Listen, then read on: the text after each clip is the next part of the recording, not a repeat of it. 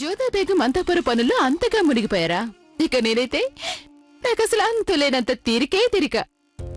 ఇక నేను నా సమయం అంతా జలాల చెంతనే గడిపేయచ్చు. మేము నిన్న రాత్రి నుంచి ఆలోచిస్తున్నది ఏమిటి అంటే మీరు జ్యోతా బేగంని ఎన్నికల్లో ఎందుకు బలపరిచారు అని. ఇప్పుడైతే మీరు అలా ఎందుకు చేశారేంటో మాకు అర్థమైపోయింది. ప్రత్యేక దర్బార్లో ఉన్నప్పుడు మీరు పూర్తిగా వేరే విధంగా ఉంటారు. అవును, మరి ఎందుకంటే అక్కడ ఉన్నప్పుడు ఉండేది మేము సహించగా, కానీ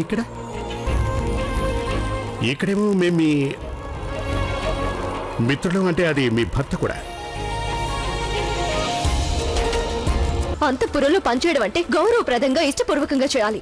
ఇక్కడ పనిచేసే వాళ్ళు ఎవరైనా పూర్తి ఇష్టపూర్వకంగా చేయాలి. అలా చేయడం ఇష్టం లేని వాళ్ళుంటే వాళ్ళని నేను నేటి నుంచి తక్షణమే విముక్తుల్ని చేస్తున్నాను. వీల్లేదు వీల్లేదు వీల్లేదు వీల్లేదు వీల్లేదు.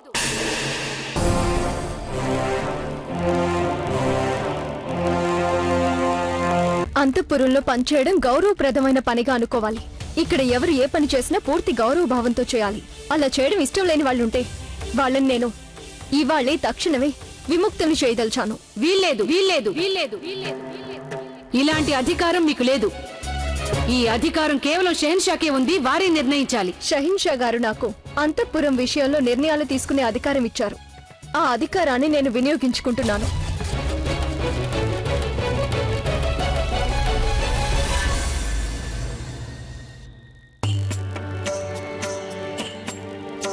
ఇక్కడి నుంచి విముక్తి పొందాలనుకునే వాళ్ల విషయంలో అలవాటుగా చేయవలసిందేదో మీరు చేయండి. లెక్కలు అవి ఏమైనా ఉంటే మీరు చూసుకోండి.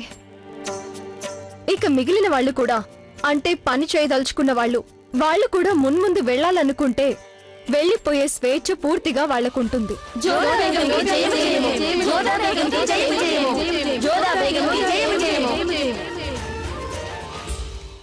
హుజూర్, ఉత్సవానికి అన్ని ఏర్పాట్లు పూర్తయ్యాయి. ఈ ఉత్సవం ప్రజల మధ్య జరిగేది గనుక సైనికులు అప్రమత్తంగా ఉండాలని చెప్పడం జరిగింది. కానీ ఈ ఉత్సవం ప్రజల్ని దృష్టిలో ఉంచుకుని ఏర్పాటు చేశామని దయచేసి గుర్తుంచుకోండి ఖాన్ సార్. మా ఉద్దేశం ఏంటంటే ప్రజలు ఈ ఉత్సవ ఆనందాన్ని పూర్తిగా ఆస్వాదించాలి. వాళ్ళ మనసులో ఎలాంటి లేమీ అనిపించకూడదు. ఆదాబ్ షెహన్షా. మీరిక వెళ్ళవచ్చు ఖాన్ సార్. ఇంకోసారి ఏర్పాట్లన్నీ బాగా పరిశీలించండి. చిత్తం హుజూర్.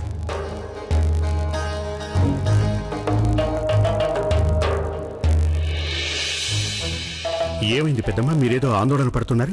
ఆందోళన పడవలసిన విషయం కనుకనే మీకు ఇబ్బంది కలిగించాను షెహన్షా. అంతఃపురంలో ఏం జరుగుతోందో మీకు తెలియటం మంచిదని నాకు అనిపించింది. అంతఃపురం జ్యోతా బేగం ఆధిపత్యంలోనేగా ఉంది. చక్కగా సెలవిచ్చారు మీరు. మీకు ఒకసారి తెలియచేయటం మంచిది. అంతఃపురంలో ఎంత పెద్ద పెద్ద మార్పులు జరుగుతున్నాయో. పెద్దమ్మ, ఏం జరిగిందో ఏంటో మాకు కాస్త వివరంగా చెప్పండి. నేను తమని కోరేదేమిటంటే మీరే స్వయంగా వచ్చి చూడండి షెహన్షా. దారిలో నేను మీకంతా వివరంగా చెప్తాను. పదండి.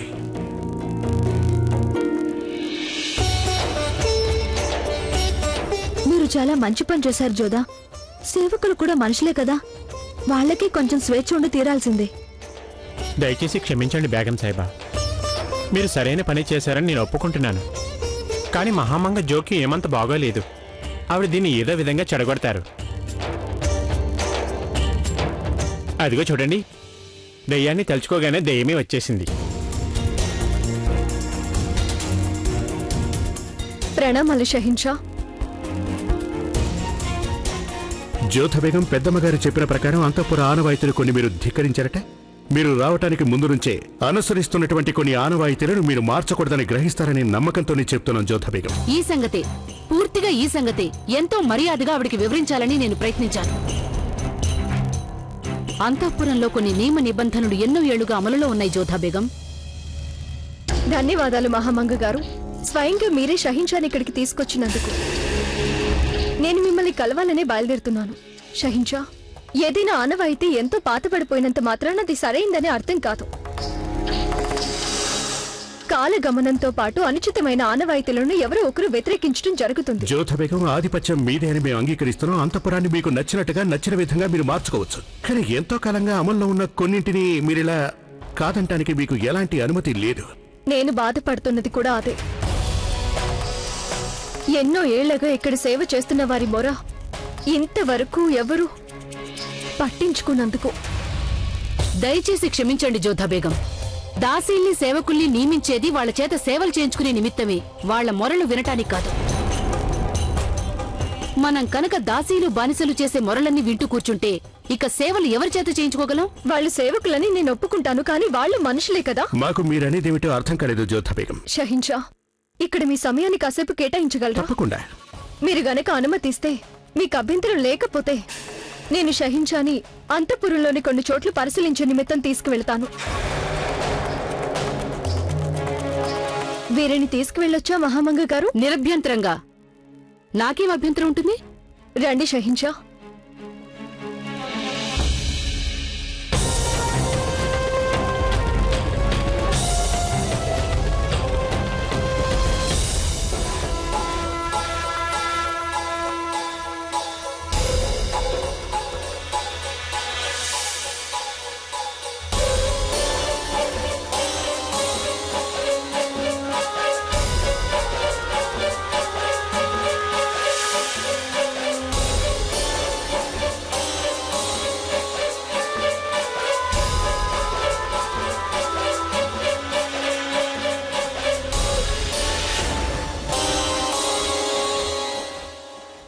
ఏం ఆలోచిస్తున్నారు మీరు?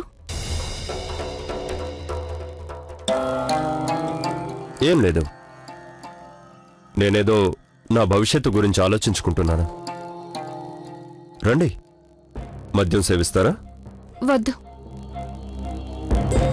అవును, మీరింకా ఇక్కడే ఉన్నారే? నేనేదో మీరు ప్రజల కోసం జరిగే ఉత్సవ ఏర్పాట్లలో మునిగుంటారనుకున్నాను. లేదు, నాకేమనిపిస్తోందంటే షెహన్షా నన్ను విడుదలైతే చేశారు గాని ఇంకా షెహన్షాకి నా మీద పూర్తి నమ్మకం కుదిరినట్లేదు. ఆయన నాకింతవరకు ఏ బాధ్యత అప్పగించలేదు, ఏ పదవి ఇవ్వలేదు. అందుకే మీరు భాయిజాన్ దృష్టిలో, సామ్రాజ్యం దృష్టిలో, అలాగే నా కోసం మీ విశ్వాసాన్ని రుజువు చేసుకోవాల్సి ఉంటుంది. మీ భాయిజాన్ జోధా బేగంకి విశ్వాసపాత్రుడైపోయిన విధంగా నేనా? ఒక్కోసారి నేను ఆశ్చర్యపోతుంటాను ఆ జోధా బేగం అదృష్టాన్ని చూసి. అదృష్టవంతురాలు గనుకనే ఆవిడ కోరుకున్న సందర్భంలో షెహన్షా ప్రజలతో కలిసి ఉత్సవం జరపనున్నారు. అంతేకాదు, ఇంకో విధంగా చూస్తే షెహన్షా కూడా చాలా అదృష్టవంతుడే. జోధా బేగం లాంటి అందమైన భార్య దొరకడం కూడా అదృష్టమే. అయినా జోధా బేగం ఎవరికి భార్య అయినా ఆ భర్త అదృష్టవంతుడని చెప్పాలి. సరే, అవన్నీ వదిలేయండి. వెళ్ళి ఉత్సవ ఏర్పాట్లను చూసుకోండి. సరే, నువ్వనేది బాగానే ఉంది. ఈ ఉత్సవం జోధా బేగం కోసమే కనుక దాని ఏర్పాట్లను నేను తప్పకుండా పరిశీలించాలి.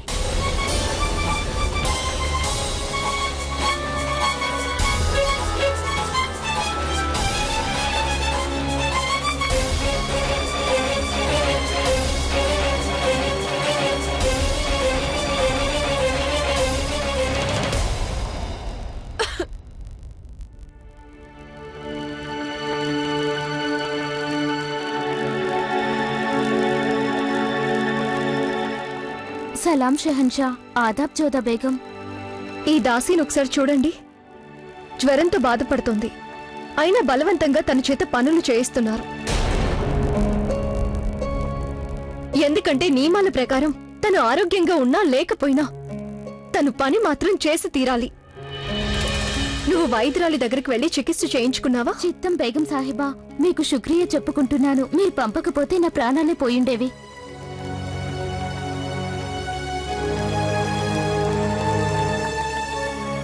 పదండి షహిన్షా. నేను మీకు చూపించనున్న అంతఃపుర దృశ్యాలు మీరింతవరకు ఎన్నడూ చూసుండరు. నేను ఆ నిర్ణయం ఎందుకు తీసుకున్నానో అప్పటికైనా మీకు అర్థమవుతుందని నేను ఆశిస్తున్నాను. పదండి షహిన్షా, నాతో పాటుగా వంటగది చూద్దరు గాని.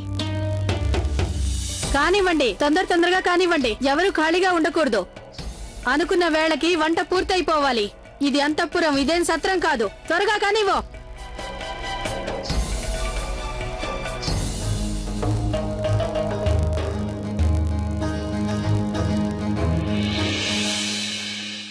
వీళ్ళని ఒకసారి చూడండి షహిన్షా. ఈ దాసీల్ని యుద్ధంలో గెలిచి తెచ్చారు, లేక కొని తీసుకొచ్చారు. వీళ్ళిక్కడికి వచ్చినప్పటి నుంచి ఈ వంటగదే, ఈ పొయ్యే వీళ్ళ జీవితంగా మారిపోయింది.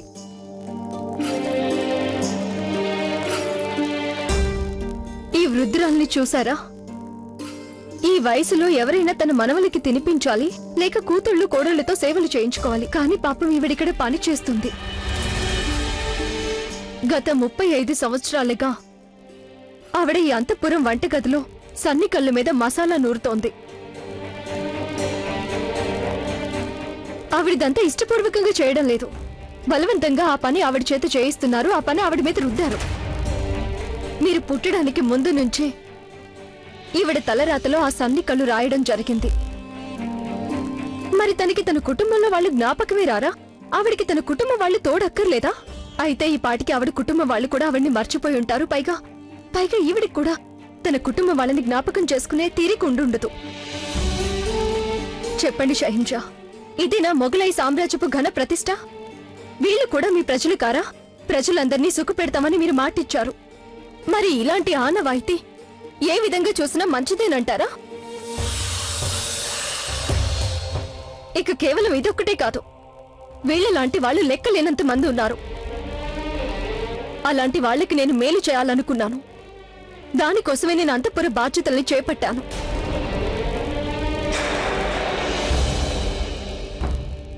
పదండి షహింషా.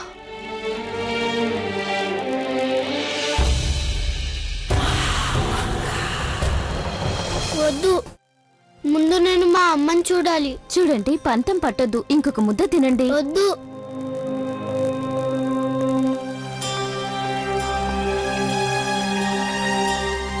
ఈ బాలుడు ఎవరు జోధా బేగం? తను మన అంతఃపురానికి ఎలా వచ్చాడు? క్షమించండి షహింషా, తమరి అనుమతి లేకుండానే అతన్ని ఇక్కడికి తీసుకొచ్చాను.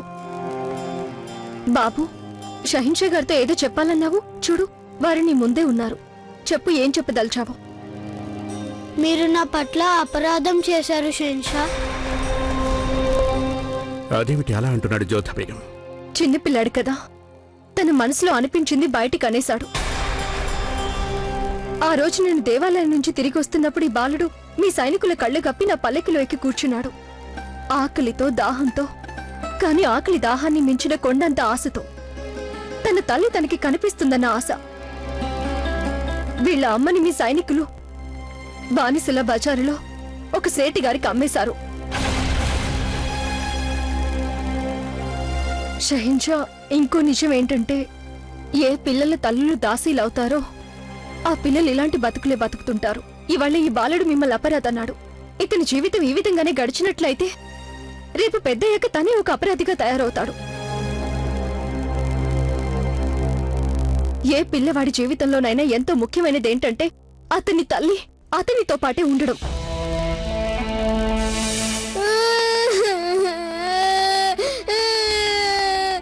ఏం జరిగింది? జలాల్ ఎందుకు ఏడుస్తున్నాడు? హుజూర్, నేను చాలా ప్రయత్నించాను, కానీ యువరాజు ఏడుపు ఆపడం లేదు, ఏడుపు మానడం లేదు. చాలే, ఒక చిన్న పిల్లవాడి ఏడుపు ఆపలేరు, ఏదో చెప్పి ధ్యాస మళ్లించలేరు. పెద్ద పని చేయడానికి వచ్చారు, బుద్ధి లేని వాళ్ళలాగా. వండిక్కడి నుంచి. ఊరుకో అమ్మా, ఊరుకో ఊరుకో ఊరుకో. అయినా మా జలాల్ని ఎవరు ఏడిపించారమ్మా? ఏందన్నా, ఎందుకలా ఏడుస్తున్నారు మీరు? ఇవన్నీ చూసారా? ఇక్కడ ఎన్ని బొమ్మలున్నాయో. మీకివి నచ్చకపోతే పోన్లేండి, నేను మీకోసం వేరే బొమ్మలు తెప్పిస్తాగా. ఏడవటం ఎందుకు? మీరే చెప్పండి, మీకేం కావాలో చెప్పండి. చెప్పండి నాన్నా. నాకేమో మా అమ్మీ జాన్ కావాలి.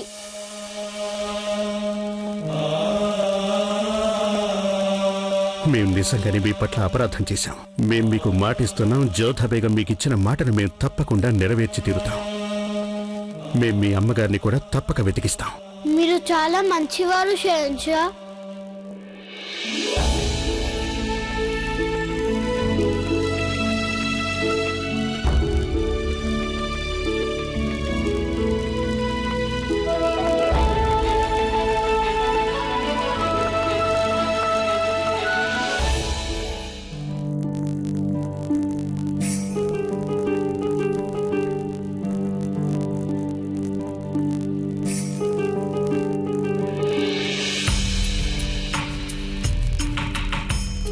ఈ బావిలో షహన్షా జలాలుద్దీన్ని హతమార్చాలని పన్నాగం పన్నిన విషకన్య అయిన బేనజీర్ పాతి పెట్టబడింది. అల్లా దయ వల్ల బాద్షా బతికిపోయారు. అందుకుగాను మేము అల్లాకు శుక్రియా చెప్పుకుంటున్నాం. ఈ బావి చెంతకు రావద్దు. ఇదే అనువైన చోటు. ఇక్కడ నన్ను ఎవరూ కనుక్కోలేరు. అర్ధరాత్రి వేళ కాపలా తక్కువగా ఉన్నప్పుడు అదను చూసుకుని నేను ఆగ్రా నుంచి బయటపడిపోవచ్చు.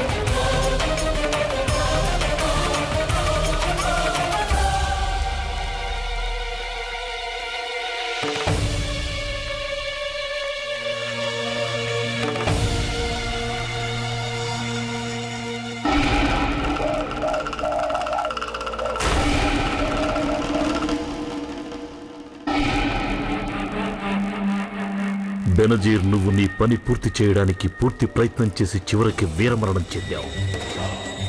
నేను నీ బలిదానాన్ని వ్యర్థం కానివ్వను. నువ్వు చేసిన త్యాగానికి ప్రతీకారం తప్పక తీరుస్తాను.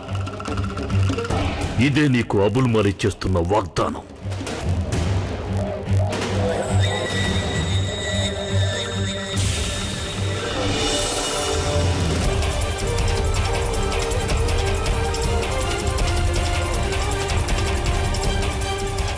కంగారు పడద్దు.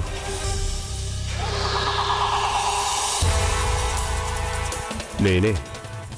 నువ్వు తెచ్చిన సమాచారం ఏంటో చెప్పు. చాలా సంతోషకరమైన సమాచారమే అబుల్ మాలి సాబ్. జలాల్ రేపు రాత్రి బహిరంగంగా ప్రజలతో కలిసి ఉత్సవం జరుపుకోబోతున్నాడు. జలాల్ని హతమార్చడానికి ఇంతకంటే మంచి అవకాశం మళ్ళీ మనకి దొరకదు. నేను అదను చూసుకుని నీకు సైగ చేస్తాను. మిగతా పనిని మీరు పూర్తి చేయండి. చాలా బాగుంది. నువ్వు ఇంత వేగంగా నీ పని పూర్తి చేసినందుకు నాకు సంతోషంగా ఉంది. నా వరకు నా పని నేను పూర్తి చేశాను అబుల్ మాలి సాబ్.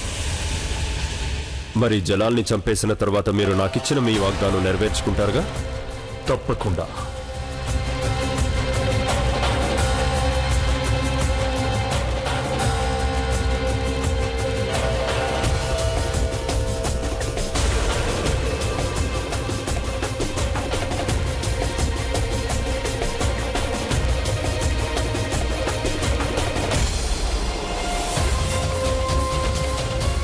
అబుల్ మాలి జలాల్ని చంపదలుచుకున్నాడన్నమాట. కానీ ఇప్పుడు అబుల్ మాలితో కుమ్మకైన ఆ వ్యక్తి ఎవరై ఉంటారు?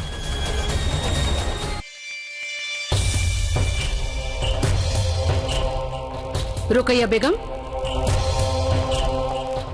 ఏమిటి మీరు చేస్తున్న పని? రుకయ్య బేగం, నేను మీతో కొంచెం మాట్లాడడానికి వచ్చాను. మీరేమో అందరూ వెళ్ళండి.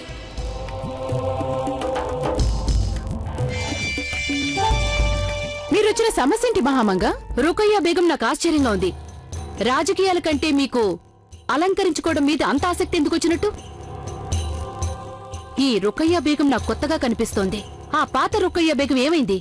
ఈ సామ్రాజ్యాన్ని తన చెప్పు చేతుల్లో ఉంచుకునే రుకయ్య బేగం చివరికిప్పుడు అంతఃపురంలో ఏం జరుగుతోందో కూడా మీకు పట్టినట్టు లేదు. మహామంగా, అంతఃపురాన్ని నడిపించడం ఇప్పుడు ఆ జోదా బేగం పని. నేనేమో ఇక నేను నా కాలమంతా షహన్షాతోటి గడుపుతాను. కానీ అంతఃపురం ఒకప్పుడు మీదేగా. రుకయ్య బేగం, జోధా బేగం అంతఃపురంలోని దాసీలను విముక్తుల్ని చేసేసింది. ఇప్పుడు వాళ్ళు సేవకులే తప్ప బానిసలు ఎంత మాత్రం కాదు. అవునా? ఇది మరీ మంచిది. ఈ సంగతి జలాలకి తెలిసిన తర్వాత అప్పుడుంటుంది జోధా బేగంకి పట్టే దుర్గతి. మీరు పొరపాటు పడుతున్నారు రుకయ్య. షహన్షా కదంతా తెలుసు. నేనే ఆ సంగతి వారికి చెప్పాను. షహన్షా గారేమో జోధా బేగంకి పూర్తి స్వేచ్ఛనిచ్చేశారు. ఆవిడ ఏ నిర్ణయమైనా తీసుకోవచ్చన్నారు. అవునా? మీరంటుంది నిజమేనా? అవును. మీరేదో పాపం జోధా బేగం అంతఃపుర పనుల్లో తీరిక లేకుండా మునిగిపోతుందని, మీరు షహన్షాతో అత్యధిక సమయం గడపవచ్చని అనుకున్నారు. ఇప్పటికైనా మీరు తెలుసుకోండి రుకయ్య బేగం, ఆ జోధా బేగం అక్కడ కూడా షహన్షాని తన చెప్పు చేతల్లో పెట్టేసుకుంది. షహన్షా హృదయంలో స్థానం పొందటంలో జోధా బేగం విజయం సాధించింది. హెచ్చరించాను నేను. ఇంతకు ముందే హెచ్చరించాను. జోధా బేగం ఈ భవనంలో మొదటిసారి అడుగుపెట్టినప్పుడే నేను మిమ్మల్ని హెచ్చరించాను. చెప్తూనే ఉన్నాను, జోధా బేగంని అదుపులో పెట్టుకోవడం మీకు కష్టమవుతుందని చెప్పాను. కానీ మీరేం లెక్క చేయలేదు. ఇప్పుడేమైంది? జోధా బేగం సర్వస్వం తన అదుపులోకి తీసుకుంటోంది. ఆ సర్వస్వం ఒకప్పుడు మీదే. ఆ హక్కు చివరికి షెహన్షాని కూడా. మీరేమో ఇక్కడ